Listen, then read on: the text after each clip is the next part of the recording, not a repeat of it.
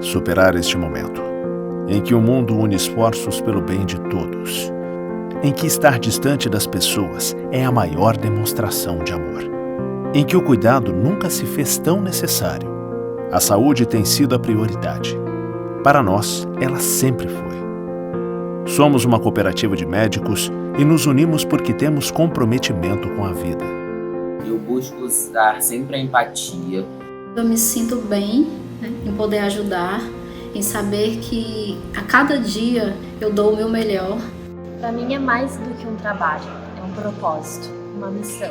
Nossa relação com os pacientes, sempre foi de doação e esse momento mais ainda. Ela segurou na nossa mão e aí ela falou: eu achava que eu estava sozinha, mas vocês estavam comigo. Então isso foi muito importante para a equipe, saber que ela entendeu esse acolhimento.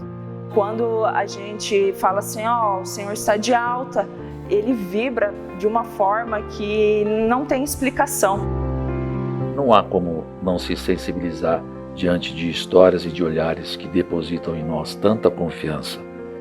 A palavra confiança ganhou um peso muito importante, porque a relação médico-paciente, ou médico-familiar, ela está tendo que ser a base do telefonema, a base da chamada de vídeo. Cuidamos de mais de 18 milhões de pessoas para que elas possam viver mais e melhor. Essa é a nossa vocação. É o nosso jeito de cuidar. Superar este momento juntos. Esse é o plano. Unimed.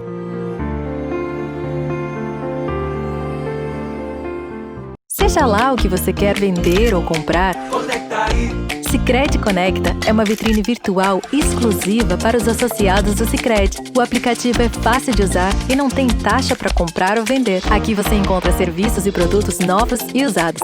Para quem vende, é uma oportunidade para novos negócios. E quem compra, coopera com a economia local. Baixe o Sicredi Conecta e comece a usar hoje mesmo. Para comprar, vender e cooperar.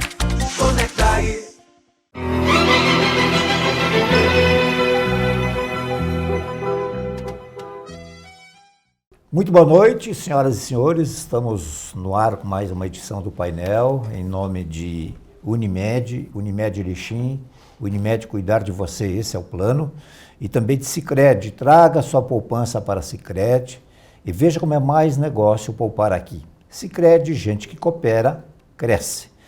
Bom, hoje nós vamos falar sobre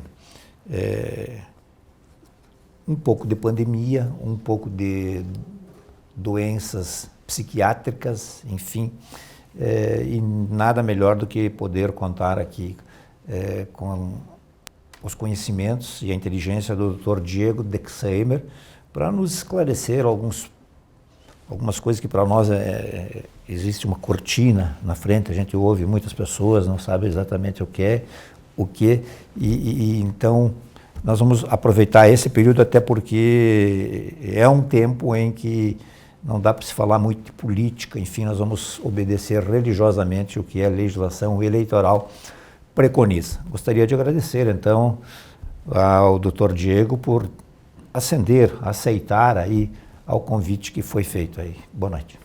Uma boa noite, Odi, uma boa noite aos teus espectadores, é sempre um prazer aqui aceitar o teu convite, né? As conversas são sempre muito enriquecedoras e prazerosas. Espero poder contribuir, né, com o teu programa, enfim, e com as pessoas que estão nos assistindo, com alguma informação relevante. Eu me desculpe, você já falou já uma outra vez, mas nem todo mundo viu e vê. Há quanto tempo tu está formado mesmo? Tu dá uma recuperada nisso aí. Eu me formei em medicina em 2013, hoje. Faz 7 anos.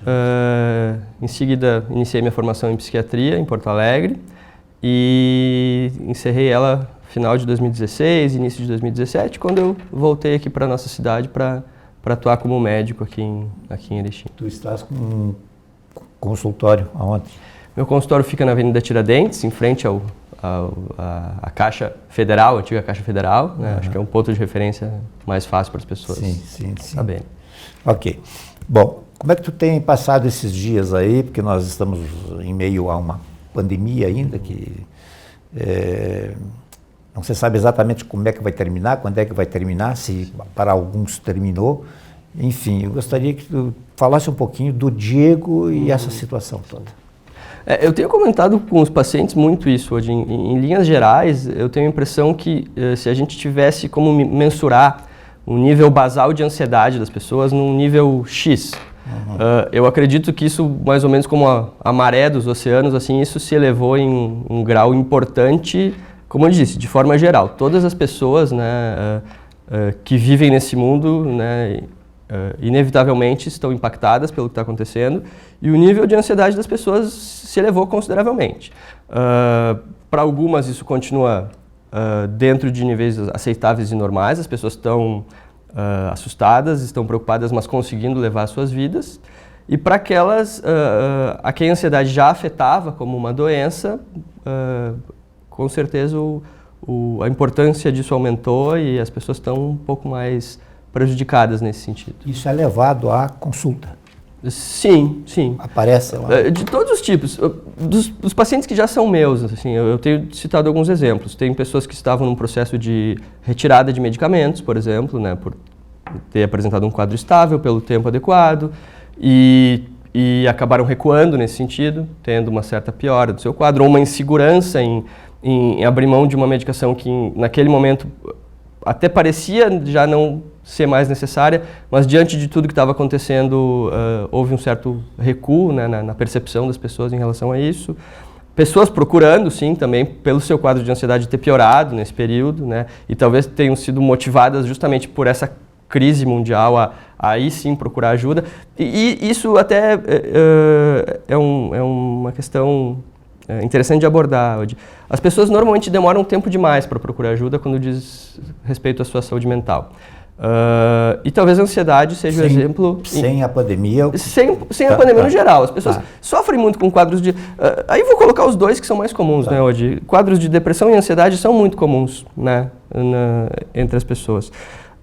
E aí eu digo que talvez a grande dificuldade da psiquiatria, posso até me repetir, talvez eu tenha falado isso da outra vez, mas é que ela lida em algum momento, né, com coisas que são absolutamente normais, mas em algum momento a gente lida com elas como se fossem doenças. E é o que acontece. A ansiedade, por exemplo, dita assim, é só uma característica absolutamente, não só humana, mas dos próprios animais superiores, eles têm essa capacidade de sentir ansiedade.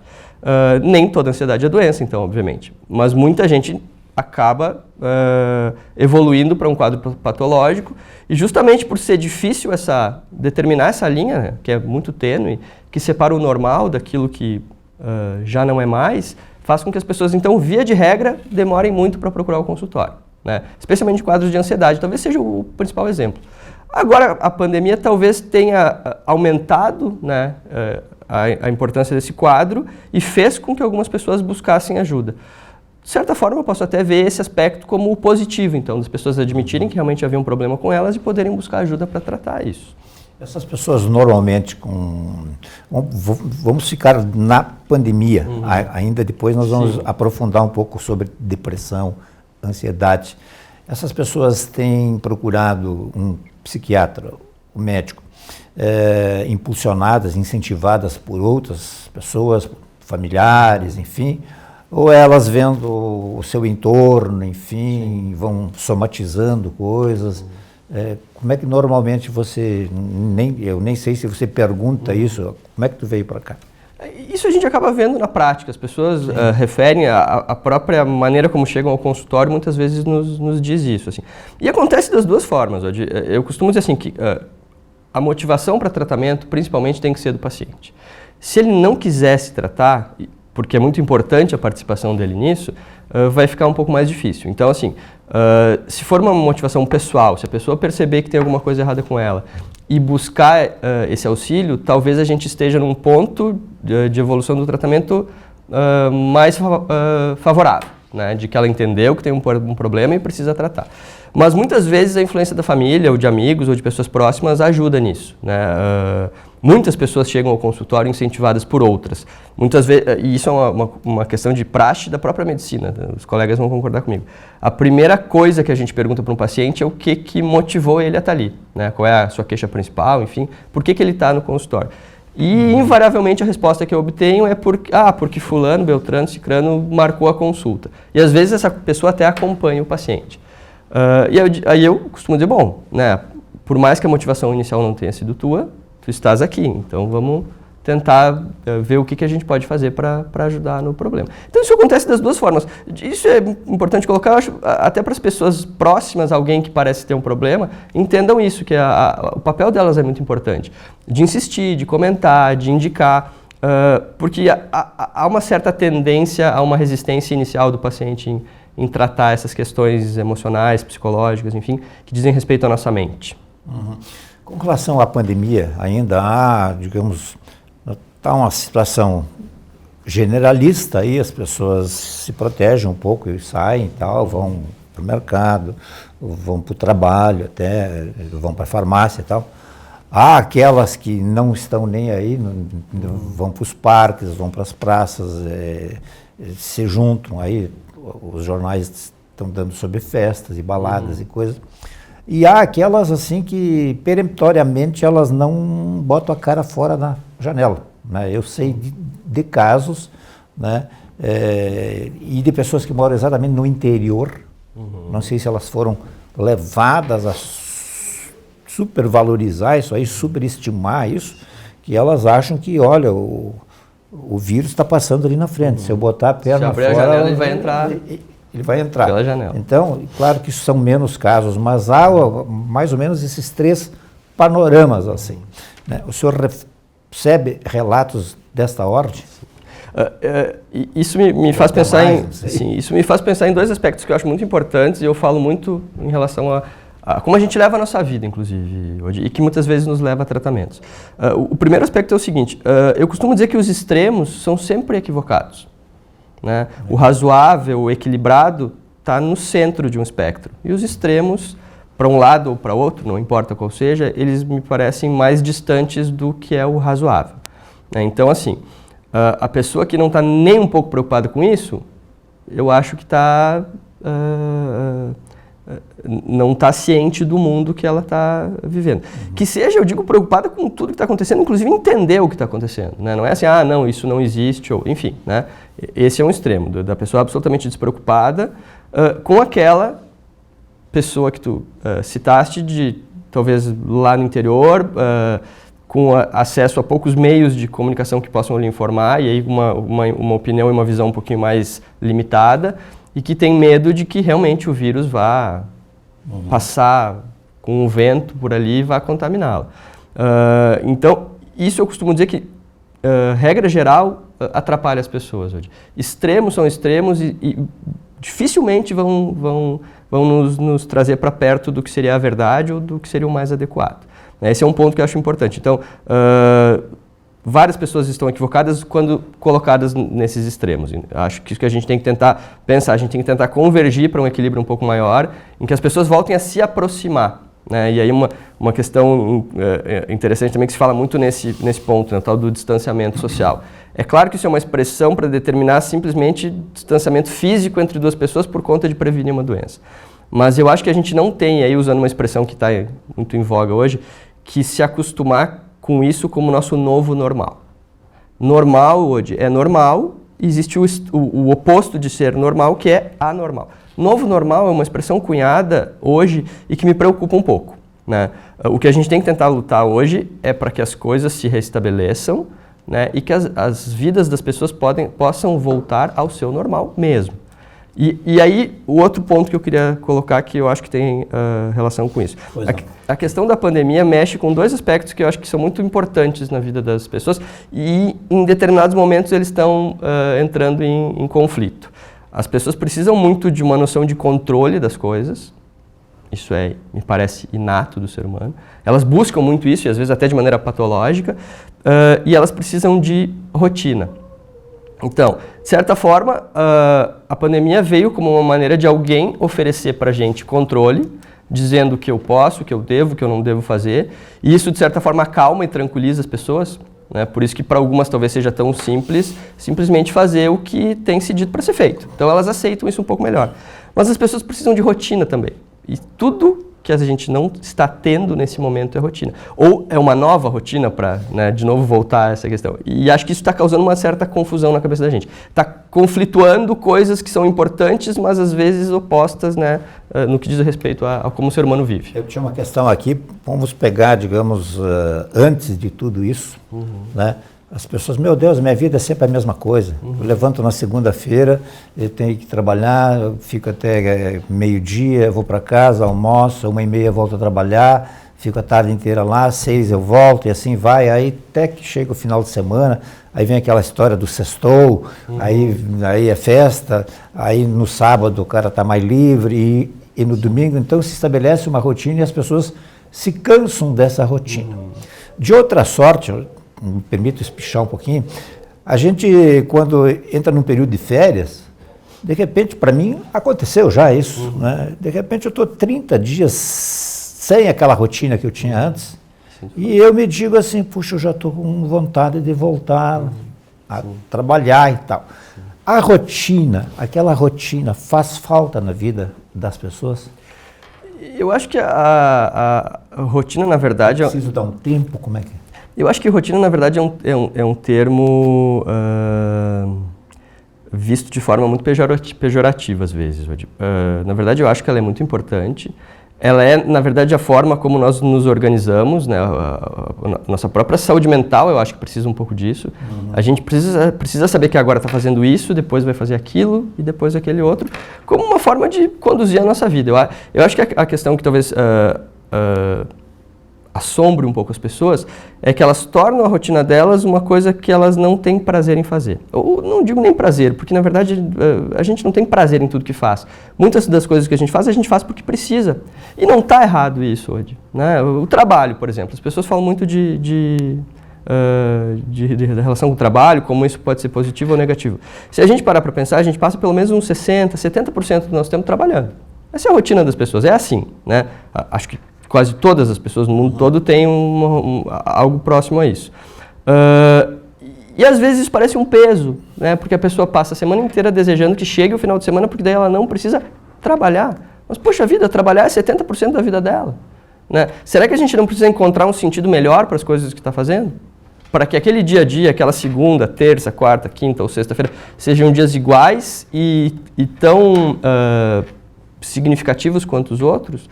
E uma coisa que não faz nem muito sentido, né? Eu costumo brincar, inclusive, com os pacientes. Eles passam a semana inteira torcendo para que chegue o final de semana. Aí, se a gente fizer uma conta, isso eu acho que a natureza humana respeita muito a natureza como um todo. Isso é matemática. Nós temos 5 dias da semana e torcemos para que esses 5 dias passem rápido. Quando chega o final de semana, nós temos 2 e queremos que eles passem devagar. Não faz nenhum sentido lógico isso. Então a gente tem que fazer com que os 7 dias da nossa semana sejam mais significativos para a gente, eu acho. E há muitos relatos assim de pessoas que trabalharam uma vida inteira dentro de uma rotina, né, com esses 2 dias de folga, vamos supor, e tal, e se habituaram a isso aí e tal, independentemente de férias ou não, mas de repente chega lá o dia e se aposenta, larga tudo. Então há uma discussão, aí tu tem que se preparar para se aposentar, quando tu vai largar, o que é que tu vai fazer, né? E há muitos casos, né? O meu é um deles, assim, eu não vou dizer tão sério assim, mas eu estou tendo, eu não estou fazendo uma consulta aqui, mas eu estou, digamos assim, tendo alguma dificuldade de me adaptar à nova rotina. Isso que eu tenho coisas para me envolver, tá? Eu fico imaginando aquelas pessoas que me ocorre assim, eu tive um tio que viajava o país inteiro. Aí, de repente, um dia ele parou. Vai ficar em casa só. Aí vai ficar em casa, né? E assim tem milhares, né? O cara tinha que ir lá para a indústria, lá para a loja, e daqui a pouco ele não tem que levar mais chave, abrir, atender, não tem com quem falar e fica em casa. Isso pode vir a desencadear problemas assim de ordem psíquica, olha, a coisa... O cara não faz nada e está doente. Sem dúvida, hoje. Sem dúvida isso pode ser um fator de sofrimento.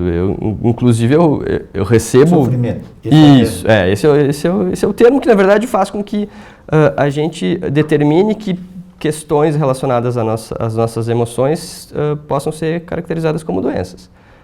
Isso é muito relativo. Para algumas pessoas, determinadas situações de vida ou do que elas estão sentindo não trazem para elas o sofrimento, que é visto pelos olhos de outra pessoa. Então, né, por isso que isso é uma avaliação muito individual, né, o que me faz sofrer ou não. Mas, sem dúvida nenhuma, muitas pessoas são levadas ao consultório com essa queixa. Justamente, eu acho que tem um pouco a ver com o que eu estava dizendo antes. A gente precisa de rotina. Isso é normal na nossa vida. E a gente se acostuma com ela. Claro, se ela for uma rotina que dê mais sentido à minha vida, tanto melhor.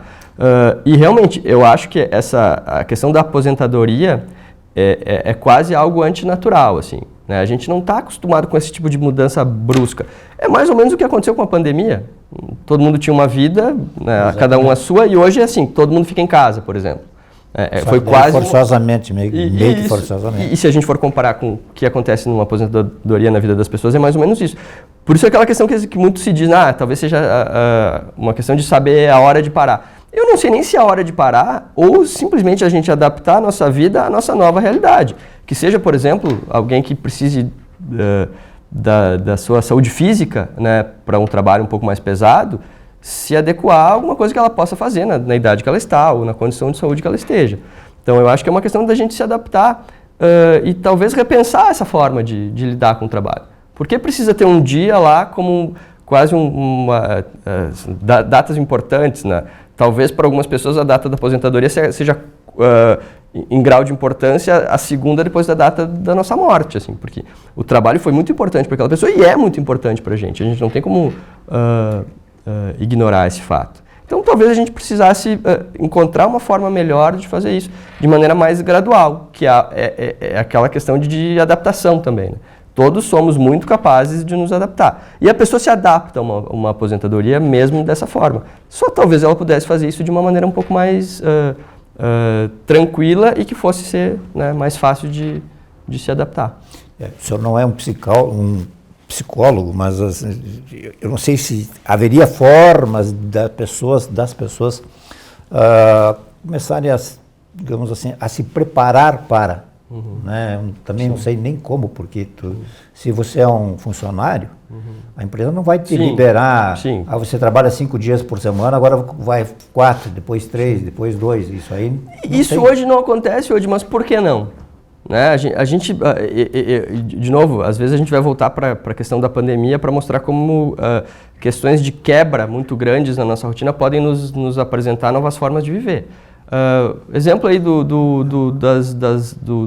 das escolas que estão fazendo uso de aula online. É uma ferramenta que já existia, né, que se foi precipitado o seu uso de maneira tão ampla. E claro, e agora a gente está diante de um momento em que se pensa assim, precisamos ajustar, isso aqui está bom, isso aqui não está tão bom, e vamos tentar transformar essa ferramenta em algo mais útil para a nossa vida. Por que não algo dessa natureza em relação ao trabalho? Nós temos muitas pessoas trabalhando de casa, né? Sim. Isso o senhor entende, o senhor vê, digamos, a médio prazo que isso pode vir para ficar também? De novo, às vezes... Pode às vezes ajudar a pessoa a entender, a conviver melhor? O que eu percebo nessas situações de crise em que se determinam algumas regras que são únicas para todas as pessoas? É que as pessoas não são iguais. Então, eu tenho pacientes que eu tenho recebido no consultório extremamente satisfeitos e felizes com o fato de estarem trabalhando em casa. Para eles, aquilo podia ser o resto da sua vida.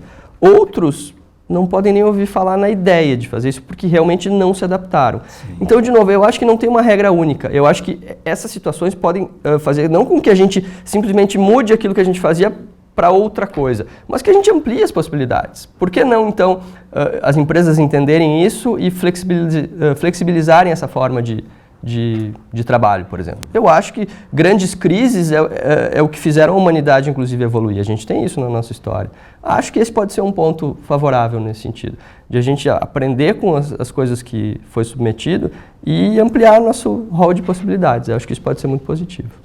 Quero que as pessoas entendam aí, e o doutor, especialmente, que eu estou entrevistando um psiquiatra, mas de repente aqui eu estou forçando a ele dar uma de administrador de empresas ou de pessoas. É de interesse social, isso eu acho que, né, todos nós temos opinião, eu acho que é importante se a gente puder.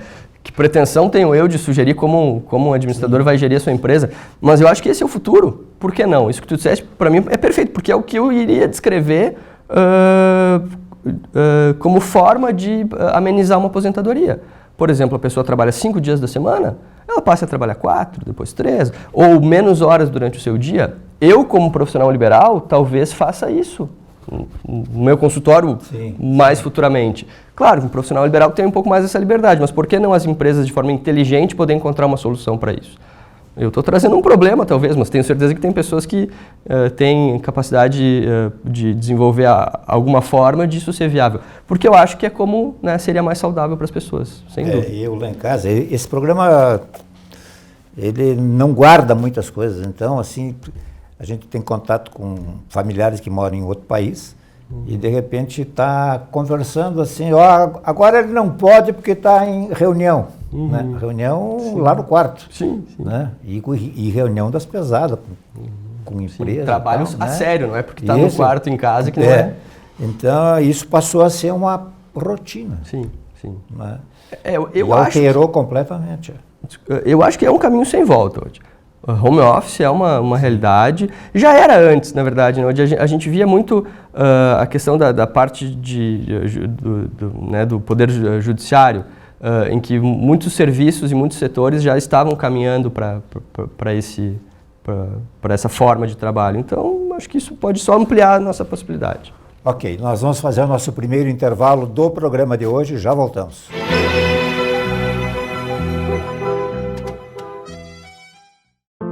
Superar este momento, em que o mundo une esforços pelo bem de todos, em que estar distante das pessoas é a maior demonstração de amor, em que o cuidado nunca se fez tão necessário. A saúde tem sido a prioridade. Para nós, ela sempre foi. Somos uma cooperativa de médicos e nos unimos porque temos comprometimento com a vida. Eu busco dar sempre a empatia. Eu me sinto bem, né, em poder ajudar, em saber que a cada dia eu dou o meu melhor. Para mim é mais do que um trabalho, é um propósito, uma missão. Nossa relação com os pacientes, né, sempre foi de doação e esse momento mais ainda. Ela segurou na nossa mão e aí ela falou, eu achava que eu estava sozinha, mas vocês estavam comigo. Então isso foi muito importante para a equipe, né, saber que ela entendeu esse acolhimento. Quando a gente fala assim, o senhor está de alta, ele vibra de uma forma que não tem explicação. Não há como não se sensibilizar diante de histórias e de olhares que depositam em nós tanta confiança. A palavra confiança ganhou um peso muito importante porque a relação médico-paciente ou médico-familiar, ela está tendo que ser a base do telefonema, a base da chamada de vídeo. Cuidamos de mais de 18 milhões de pessoas para que elas possam viver mais e melhor. Essa é a nossa vocação. É o nosso jeito de cuidar. Superar este momento juntos. Esse é o plano. Unimed.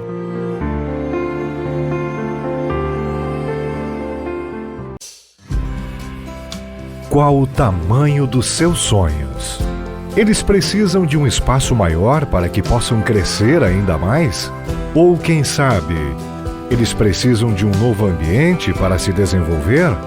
Já sei, chegou a tão esperada hora de dividir esse sonho com alguém. Ou então, seus sonhos precisam de um cantinho confortável para recarregar as energias. Para todas essas opções, a Sicredi Unestados é a parceira certa para realizar. Através do nosso crédito imobiliário, queremos ver os seus sonhos ganhando forma. Forma de lar.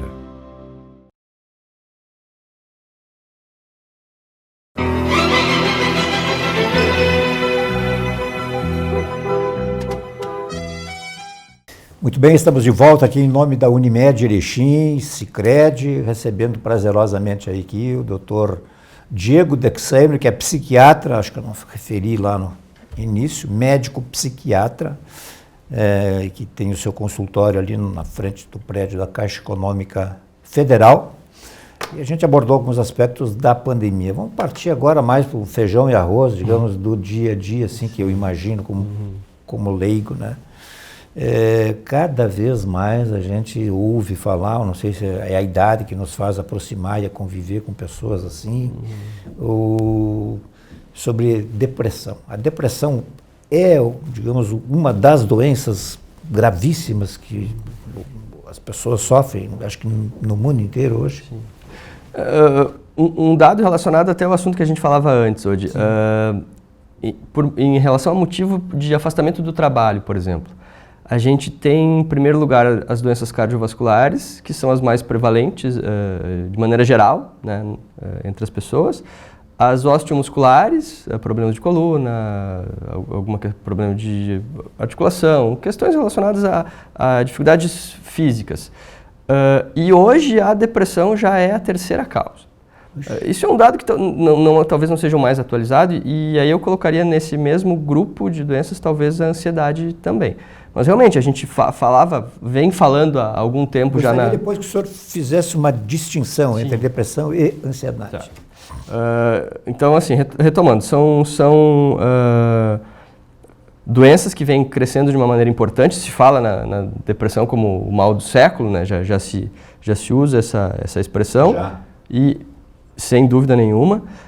E acho que tem relação hoje também com a maneira como a própria psiquiatria evoluiu, né? A gente talvez seja, em termos de especialidades, as mais consagradas, talvez, a que último evoluiu por conta até de lidar com problemas de uma complexidade muito grande, né? E cujas ferramentas de avaliação disponíveis também são ainda um pouco limitadas. Por exemplo, eu não tenho nenhum exame diagnóstico lá muito preciso e que me traga grande contribuição na avaliação de um paciente com depressão, por exemplo.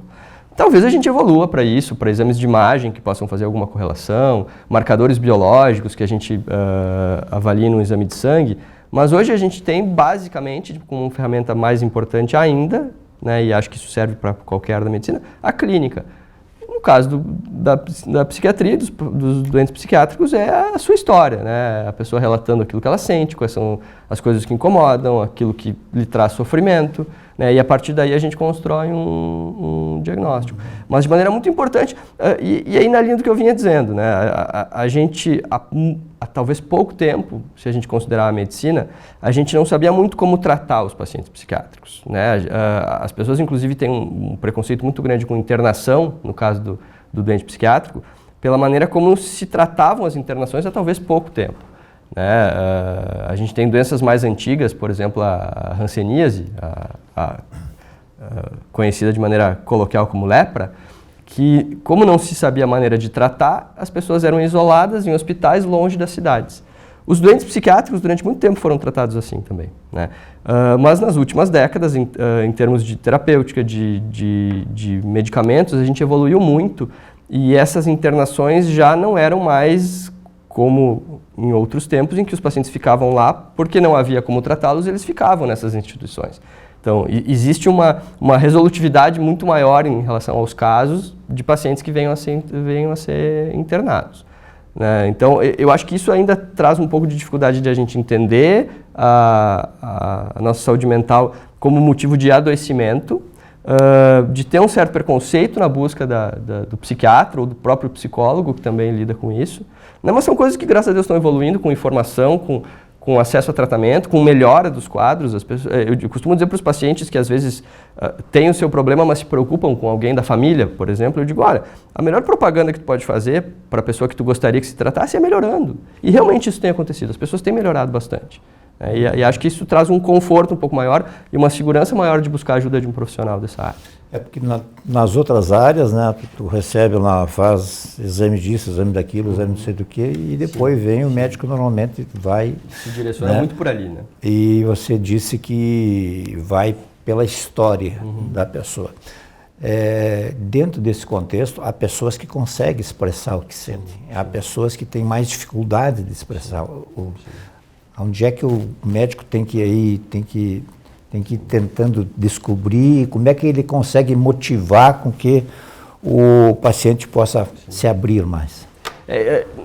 Isso é uma questão que Existem eu tenho... técnicas, é uma experiência? Isso a gente aprende com técnica, com experiência, com se acostumar a ouvir histórias e coisas parecidas que a gente acaba colocando no né, no nosso arsenal de informações e de conhecimentos que, às vezes, tu ouve um paciente dizendo uma coisa que outro disse e daquele outro tu já conhece um pouco mais a história e tu acaba conseguindo relacionar. Mas, realmente, tem pacientes que têm uma dificuldade um pouco maior, pacientes com uma dificuldade menor. E aí eu acho que essa é uma grande questão em relação ao porquê que as pessoas resistem a entender essas coisas que elas passam como uma doença. Talvez a nossa mente, né, como a gente assim a chama, seja aquilo que é do homem, ou enfim, da pessoa, que mais lhe pertença, né? As pessoas têm noção, por exemplo, de que elas não têm muito controle sobre o seu coração. Ele bate ali, independente da minha vontade, e eu confio que ele funcione sem que eu precise fazer nada. Quando a gente fala das nossas emoções, dos nossos comportamentos, de tudo aquilo que, na verdade, resume quem a gente é, eu acho que as pessoas têm uma dificuldade um pouco maior de entender que perderam esse controle. E remetendo àquilo que eu te disse antes, a gente precisa muito dessa noção. E isso representa quem eu sou, as minhas dores, os meus sofrimentos, e às vezes a gente não quer mexer muito nisso, porque é doloroso, porque talvez possa fazer com que as pessoas me enxerguem de uma outra forma, então eu escondo isso. Pode fazer com que eu tenha dificuldade de me relacionar com as pessoas, então eu evito de falar desse assunto. Então, eu acho que a nossa saúde mental nos toca mais, né, naquilo que a gente tem uma noção de nos pertencer. É como se as minhas decisões fossem minhas, eu respondesse por elas, e tudo que gira em torno disso, eu é que preciso resolver. Eu não preciso contar com a ajuda de ninguém, eu não preciso tomar um remédio para isso. E claro, né, essa é uma impressão equivocada. Em algum momento, muitas vezes, a gente precisa de uma ajuda para lidar com essas coisas. As pessoas são mais frágeis do que elas imaginam ou são mais autossuficientes do que elas imaginam? Eu acho que elas gostariam de ser mais autossuficientes, mas são mais frágeis. Eu acho que, de uma forma bem direta, tu conseguiu resumir o que eu quis dizer. A gente é mais suscetível a coisas que a gente não controla do que a gente gostaria de imaginar, né? Por exemplo, as pessoas acham que estar triste é sempre algo relacionado a um motivo, ou algum problema que eu tenho, ou alguma coisa que eu vou poder modificar e vai fazer com que aquela tristeza passe. Ok, é assim que as coisas funcionam na maior parte do tempo. Quando uma pessoa está diante de um quadro de depressão, por exemplo, ela não consegue controlar as coisas dessa forma. Porque é muito comum, por exemplo, a gente perguntar para um paciente deprimido por que ele está triste, se existe um motivo, uma razão para aquilo, e a pessoa não saber dizer. Ela tem o sentimento, mas não tem um correspondente na realidade que justifique aquilo. Então, nesse caso, é muito provável que ela não vá conseguir resolver isso sozinha. Mas até ter essa percepção e esse entendimento, muitas vezes a pessoa passa um tempo maior de sofrimento do que poderia ter passado, como eu te disse antes. Normalmente as pessoas relutam e demoram a buscar ajuda. Esse demoram, eu ia recuperar o que o senhor disse antes, né? Normalmente as pessoas vão mais tarde do que deveriam ter ido. Isso faz qual é o grau de diferença? Isso, digamos, o sujeito aparece lá com 55 anos quando deveria ter ido com 40, vamos supor. Eu costumo dizer o seguinte em relação aos nossos problemas de saúde mental. Eles têm dois aspectos assim, que eu acho principais. Aquilo que o paciente sente, aquilo que lhe pertence, né, as suas dores, os seus sofrimentos, aquilo que lhe impacta diretamente. E diante de um quadro desses, de uma pessoa com esse tipo de problema, as suas relações, sejam de trabalho, pessoais, com tudo aquilo que ela interage, acaba, na medida em que eu demoro para buscar uma ajuda, sendo impactado também. Então eu digo que às vezes os pacientes, no primeiro momento, se buscam um diagnóstico e um tratamento mais precoces, elas vão conseguir poder tratar apenas os seus sintomas, né? O problema que elas estão sentindo, aquilo que as incomoda. Se elas demoram um pouco mais, tudo aquilo que as incomoda passa a incomodar outras pessoas, a prejudicar a sua relação com outras pessoas, e aí o problema é duplo. Eu tenho que tratar os meus sintomas, depois aparar todas as arestas que possam ter ficado nas minhas relações pessoais, por exemplo. Então, em sentido do tempo, de demorar um pouco mais, eu acho que uma pessoa que busca ajuda aos 20 anos, talvez tenha uma repercussão menor em termos de problemas por conta da sua doença do que uma pessoa que faz isso aos 50. Não que ela não possa ter o mesmo tratamento e a mesma boa resposta, né, às medicações, por exemplo, né? O tratamento pode ter a mesma eficácia, mas todo aquele tempo que ela teve de sofrimento e prejuízos e várias coisas que possam ter acontecido, isso não tem muito como recuperar. Talvez a diferença básica, até para não desestimular as pessoas que até têm essa ideia, né, Odi? Eu já tenho X anos, então, né, isso não vai adiantar, eu sempre fui assim, isso não vai se resolver. o que não é verdade. Muito paciente eu digo isso, olha, tu sempre foste assim, o que não quer dizer que não poderia ter sido diferente. Né? As pessoas, tu vê como elas têm muito essa percepção, né? Elas nem entendem como uma doença, mas como, eu sempre fui assim. Muita gente transforma nisso. Então, essa ideia que talvez a gente tenha que desmistificar um pouco para que as pessoas percebam que elas podem ter um tratamento, que elas podem melhorar. Quando o familiar começa a perceber que o paciente, o futuro, ele vai...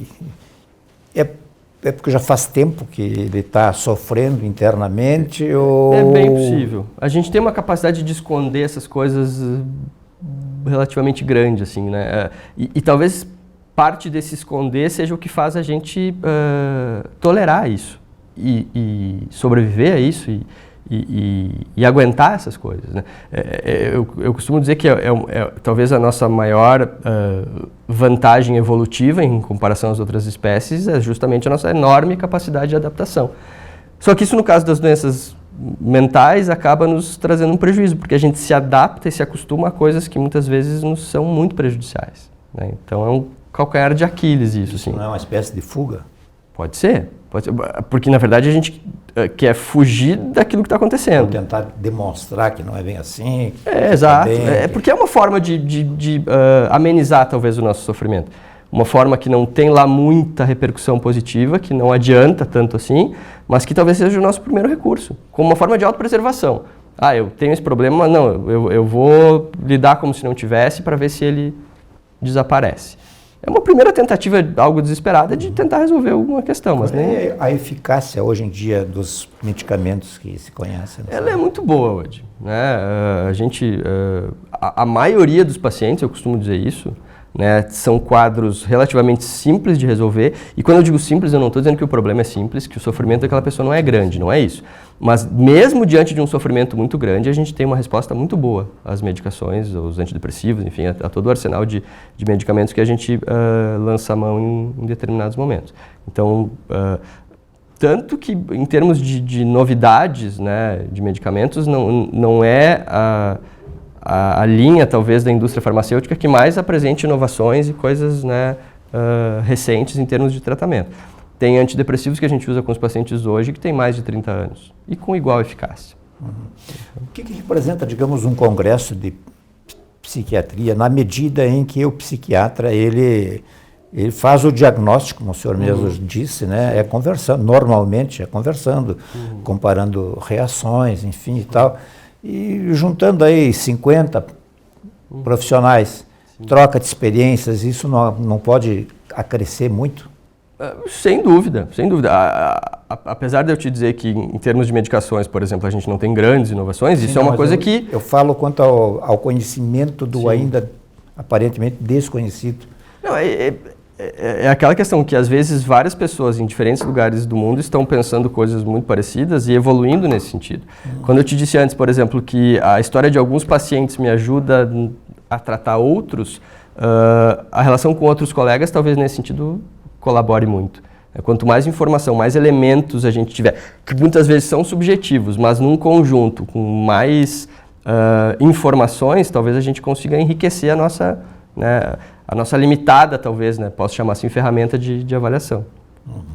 Bom, nós estamos conversando hoje aqui com o Dr. Diego Dexheimer, que é médico psiquiatra. Nós vamos para o nosso último intervalo e já voltamos.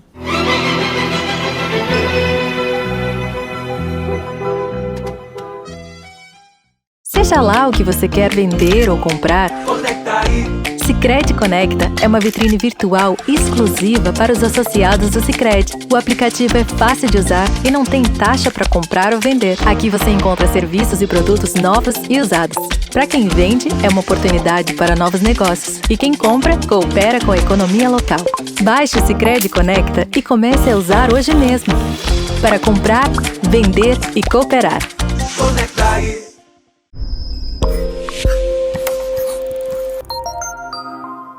Nova Farmácia Unimed, na Avenida Pedro Pinto de Souza. Mais saúde, mais genéricos, mais variedade. De segunda a sábado, das 8 às 20 horas, com teleentrega. Unimed Erechim. Cuidar de você. Esse é o plano.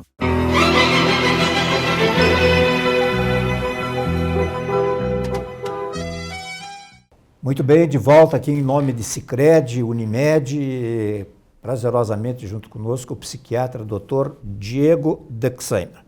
Bom, ficou em aberto ainda a diferença entre ansiedade e depressão. Tem o mesmo grau de gravidade? Em relação à importância que isso reflete na vida das pessoas, hoje como eu te falei, é muito particularizado, né? Tem pessoas com quadros de ansiedade que muitas pessoas sentem como algo praticamente normal, mas que para outras traz extremo sofrimento, muitas limitações, né? Tornando a vida daquela pessoa bastante restrita e limitada em várias coisas, com dificuldade para trabalho, para se relacionar com as pessoas, né? Então, uma ansiedade, dita assim, só uma ansiedade, pode parecer uma coisa muito simples, mas pode também vir a ser um quadro patológico importante. Assim como uma depressão, que talvez por mais falada, as pessoas já têm uma noção um pouco maior de que seja uma doença. Até o nome já faz essa diferenciação, né, hoje. Ninguém fala, a gente não chama depressão de a tristeza. O nome dos transtornos de ansiedade trazem o nome da característica principal. No caso da depressão, não, já se dá uma ideia de que realmente é um quadro um pouco mais importante, o que não necessariamente é verdade, né? Claro que quadros de depressão podem ter a sua gravidade, enfim, muito considerada, porque realmente podem ser muito graves, mas também quadros de ansiedade podem ter esse mesmo teor de gravidade. Aquele sujeito que vai ao psiquiatra, ele eu não vou porque se eu vou uma vez eu vou ter que ir a vida inteira. É assim? As pessoas têm essa ideia que eu costumo dizer que é equivocada, graças a Deus, na maior parte dos casos. As pessoas, inclusive, em relação ao tratamento, a usar a medicação, elas têm muito receio em relação a isso. E eu costumo dizer que, graças a Deus, na maioria dos casos, hoje, tratamentos têm início, meio e fim, né? Não necessariamente vão ser questões a serem tratadas durante a vida toda. Claro que, e aí eu digo isso, eu não posso prometer para os meus pacientes, mesmo aqueles que fazem um tratamento com um tempo determinado, que vão ter uma boa recuperação, de que eles nunca mais vão sofrer deste mal ou nunca mais vão precisar de um tratamento dessa natureza. Isso pode acontecer, né? Mas na maioria dos casos, né, felizmente, a gente tem bons resultados, as pessoas têm boa recuperação, e não vão precisar ficar no psiquiatra uma vida inteira. Não é a regra essa. Sem dúvida. Vamos falar um pouquinho sobre o mês amarelo. Nós temos cores, agora tem cores na pandemia, tem as bandeiras. Vamos falar dos meses com cores aí e tal. Nós estamos no mês amarelo, que é o mês de setembro. O que dá para falar sobre isso? O mês de setembro foi escolhido, e esta cor, para representar o mês em que a gente fala muito sobre a prevenção do suicídio. Que talvez não, que é a repercussão mais grave quando a gente tem um quadro de doença mental, né? Talvez seja a nossa maior preocupação, que é aquela que tem como desfecho, né, por óbvio, a morte. Doenças psiquiátricas não matam as pessoas hoje, diretamente da doença.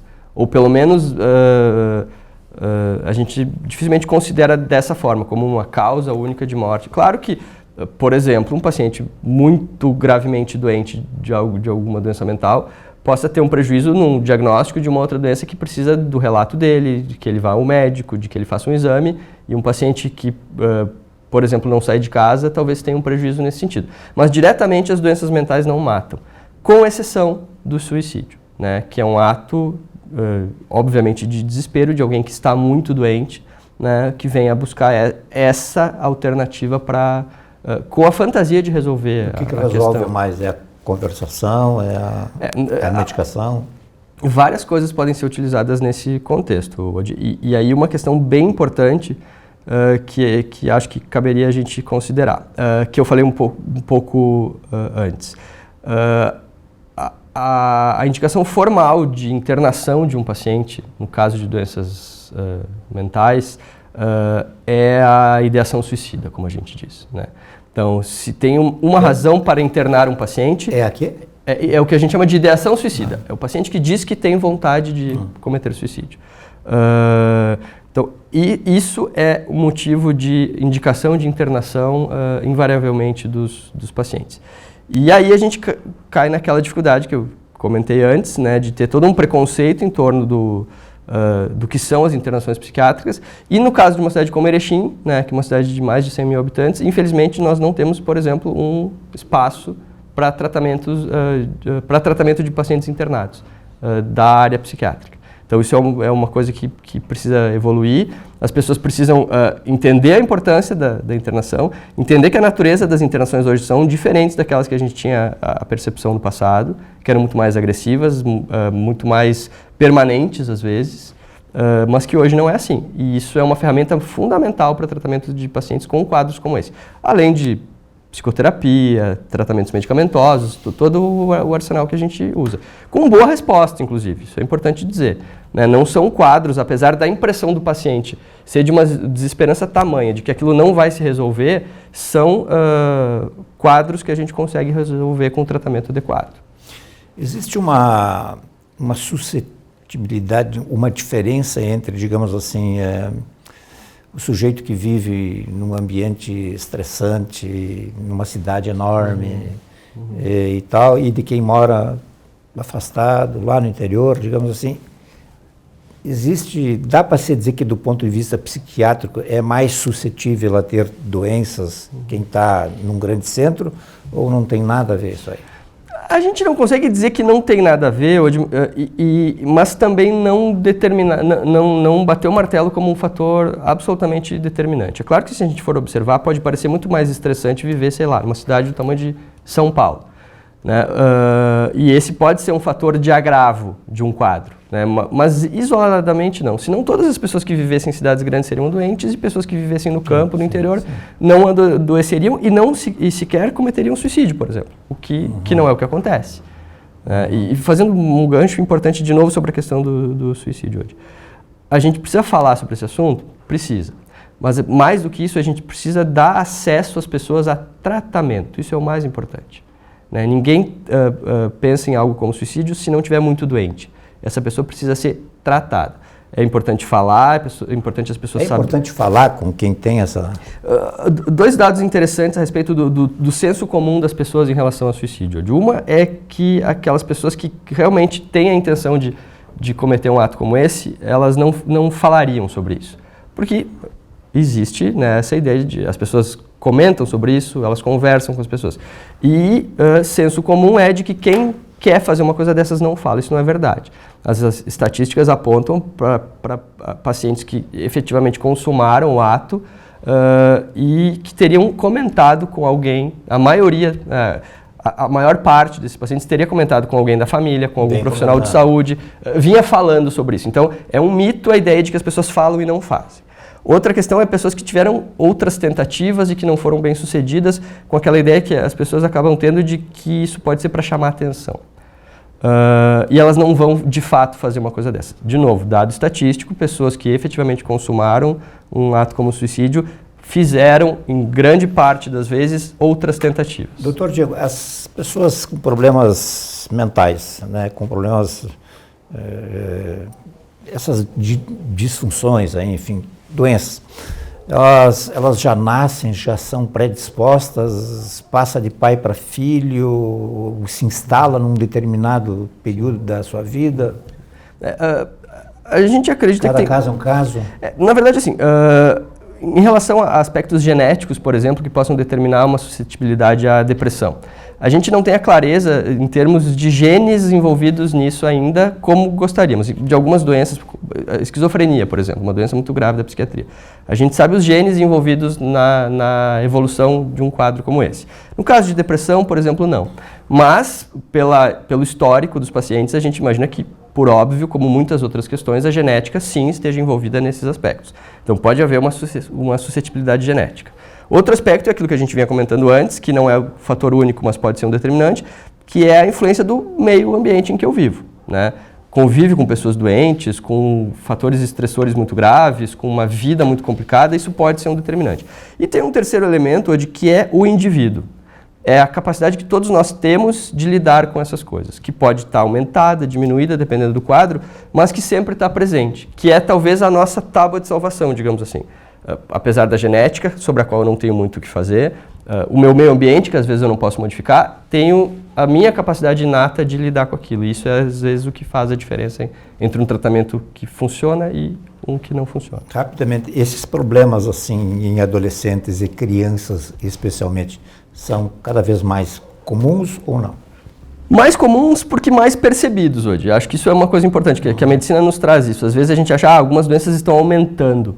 Muitas vezes elas estão aumentando porque as pessoas estão tendo acesso a diagnóstico e a tratamento, que pode ter um lado ruim disso, de um número aumentado de casos, mas tem o aspecto positivo das pessoas entenderem que é um problema de saúde e estarem buscando ajuda. Então, que é o que nos mostra esse cenário. Doutor Diego, o senhor que vive num ambiente de trabalho, de ouvir os problemas graves e tentar ter a responsabilidade, digamos, de se dedicar a tentar aliviar o sofrimento de outras pessoas, mas que tem todo um dia de narrativas, né? Como é que o senhor vai para casa? O senhor dorme tranquilo? Sabe que essa é uma pergunta que os pacientes fazem muito, inclusive, onde eles têm essa curiosidade, assim. E eu costumo dizer que para ajudá-los, eu preciso entender uma coisa básica, assim, de que todos aqueles problemas que eles me trazem não são meus problemas, porque aí talvez eu estivesse envolvido emocionalmente de uma forma que eu ia fazer parte do problema e não parte da solução. Então eu tento, na medida do possível, obviamente somos humanos, né? Não tem como a gente fazer isso em absoluto, mas um pouco a gente tenta. Até para manter um distanciamento que nos permita ter racionalidade nessa hora. Sim. E conseguir identificar aquilo que está acontecendo. Mas claro que isso me impacta. Sinal que, né, e acho que parte de importante disso é eu manter parte de mim me importando com o que acontece, mas não tornando aquilo um problema que seja meu, porque senão eu não vou conseguir ajudar o paciente. Doutor Diego, mais uma vez eu lhe agradeço por estar aqui e responder tão esclarecedoramente essas questões aí. Mais uma vez eu te agradeço, hoje é um prazer estar aqui conversando com os teus espectadores, espero ter podido contribuir e ajudar em alguma questão e, como eu te coloquei da outra vez, estou sempre à disposição para conversarmos. Ok, e a todos de casa aí também, nosso muito obrigado, boa noite, até uma próxima.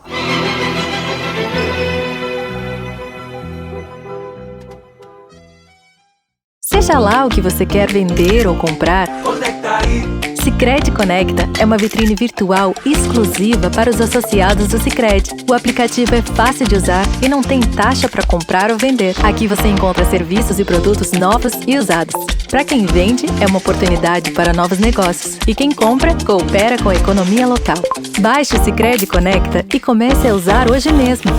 Para comprar, vender e cooperar. Conecta aí.